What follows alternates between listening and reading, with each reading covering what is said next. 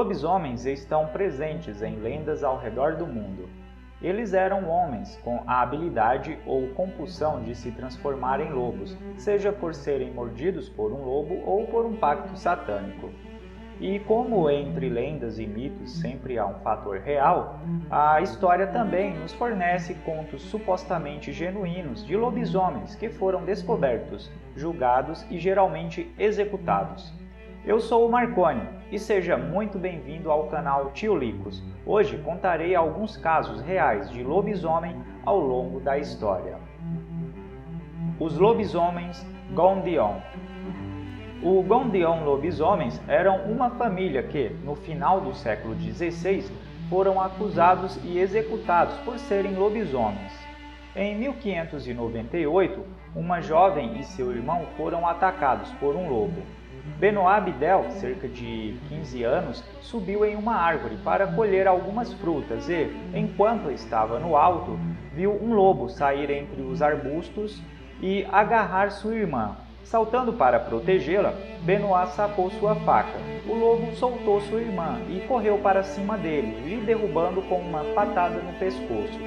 Felizmente, uma multidão ouviu a comoção e expulsou o lobo. A garota morreu no local e Benoit foi levado de volta para a cabana de seu pai, onde morreu devido aos ferimentos alguns dias depois.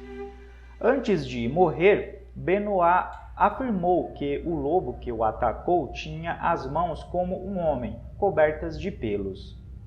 O lobo havia sido mutilado pela multidão, e então a suspeita recaiu sobre uma mulher, chamada Perronnette Gondion, que exibiu um ferimento precisamente no mesmo lugar em que o lobo havia sido ferido. Infelizmente para ela, alguém da multidão que feriu o lobo era ninguém menos que Henri Bouguer, um caçador de bruxas notoriamente impiedoso. Bouguer organizou uma multidão e executou Perronnette logo em seguida. No entanto, como ele revelou mais tarde em seu Discurso dos Magos, de 1602, havia rumores de que toda a família praticava magia negra, e então Bouguer mandou prendê-los todos. A filha de Perronnette, Antoinette, confessou rapidamente sua feitiçaria, mas o irmão dela, Pierre, e o filho dele, Georges, não foram tão acessíveis. Colocado sob observação, Bouguer conta como os viu andar de quatro, latindo e uivando, e coberto por arranhões misteriosos. Bouguer os questionou enquanto eles se comportavam assim, e eles confessaram a bruxaria. A família Gondion foi queimada na fogueira.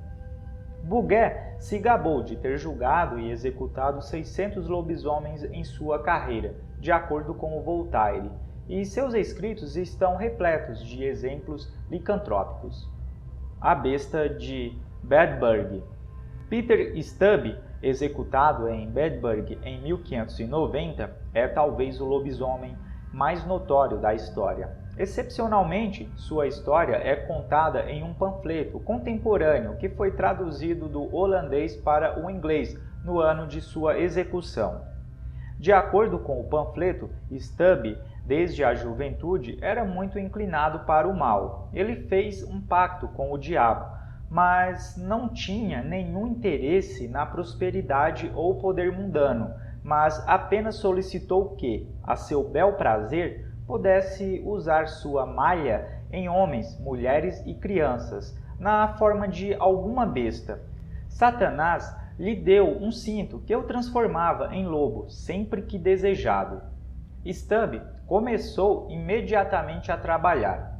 Qualquer um que o insultasse ou desagradasse podia ter certeza de sua morte nas mandíbulas de um lobo voraz, pois ele não descansaria até que arrancasse suas gargantas. Stubbe adquiriu um gosto por sangue e progrediu para o assassinato indiscriminado. Cruelmente, ele andava pelas ruas de Bedburg saudando cortesmente os pais e parentes de suas vítimas. Ele também identificaria as vítimas desta forma.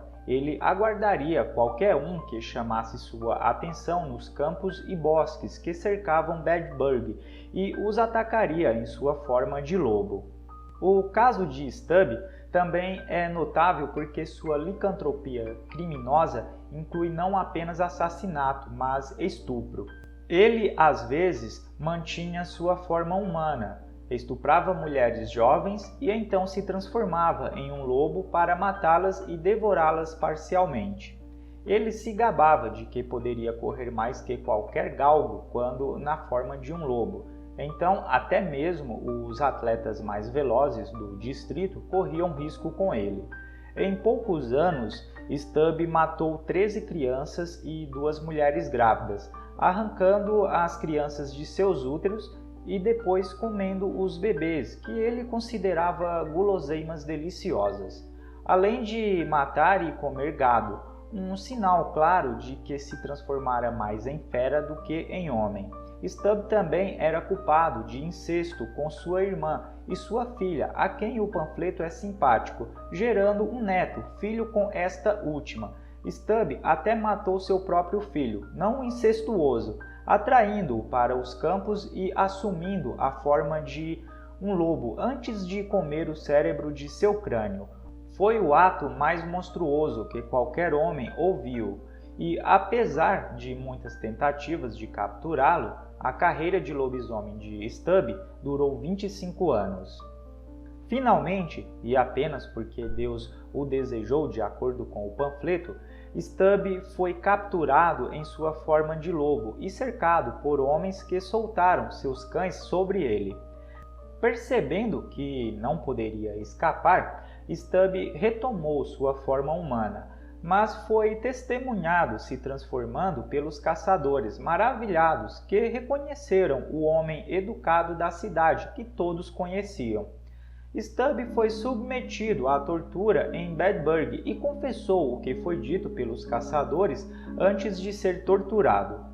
Pinças em brasa arrancaram 10 pedaços da carne de Stubb na roda e seus membros foram quebrados antes dele ser decapitado e seus restos mortais queimados até virarem cinzas.